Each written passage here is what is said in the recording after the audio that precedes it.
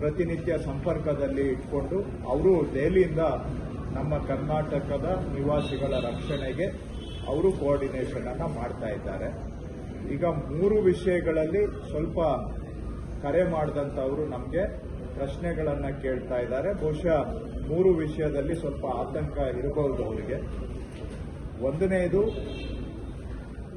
ಎಲ್ಲರೂ ಕೇಳ್ತಾ ಇರತಕ್ಕಂಥದ್ದು, ನಮಗೆ ಅಲ್ಲಿಂದ ವಾಪಸ್ಸು ಕರ್ನಾಟಕಕ್ಕೆ ಬರೋದಕ್ಕೆ ವಿಶೇಷ ವಿಮಾನ ಆಗಲಿ ಅಥವಾ ಬೇರೆ ಮುಖಾಂತರ ಆಗಲಿ ಅವರ ವಾಪಸ್ಸು ಪ್ರವಾಸದ ಬಗ್ಗೆ ಕೇಳ್ತಾ ಇದ್ದಾರೆ. ಅಂದರೆ ನಮ್ಮನ್ನು ರೆಸ್ಕ್ಯೂ ಫ್ಲೈಟ್ಸು ಅಥವಾ ಸ್ಪೆಷಲ್ ಫ್ಲೈಟ್ ಏನಾದರೂ ಮಾಡ್ತಾ ಇದ್ದೀರಾ ಅಂತ ಕೇಳ್ತಾ ಇದ್ದಾರೆ.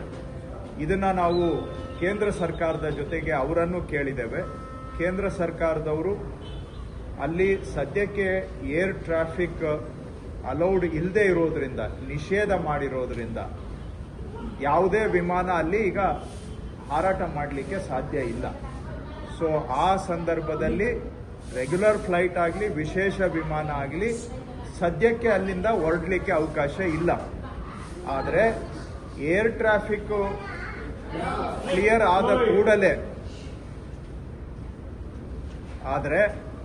ಏರ್ ಟ್ರಾಫಿಕ್ ಸದ್ಯಕ್ಕೆ ಏನು ನಿಷೇಧವಾಗಿದೆ ಆ ನಿಷೇಧವನ್ನು ತೆರವು ಮಾಡಿ ವಿಮಾನ ಹಾರಾಟಕ್ಕೆ ಅವಕಾಶ ಆದ ಕೂಡಲೇ ಕೇಂದ್ರ ಸರ್ಕಾರದವರು ವಿಶೇಷ ವಿಮಾನ ಆಗಲಿ ಅಥವಾ ರೆಗ್ಯುಲರ್ ಫ್ಲೈಟ್ಸ್ ಏನಿದಾವೆ ಏರ್ಲೈನ್ಸ್, ಅವುಗಳ ಮುಖಾಂತರ ವಾಪಸ್ಸು ಪ್ರಯಾಣಕ್ಕೆ ವ್ಯವಸ್ಥೆ ಮಾಡುವಂತ ವಿಚಾರ ಕೇಂದ್ರ ಸರ್ಕಾರ ಮಾಡ್ತಾ ಇದೆ.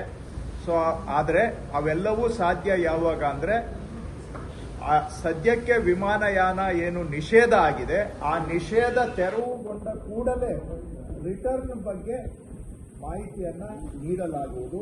ಸೊ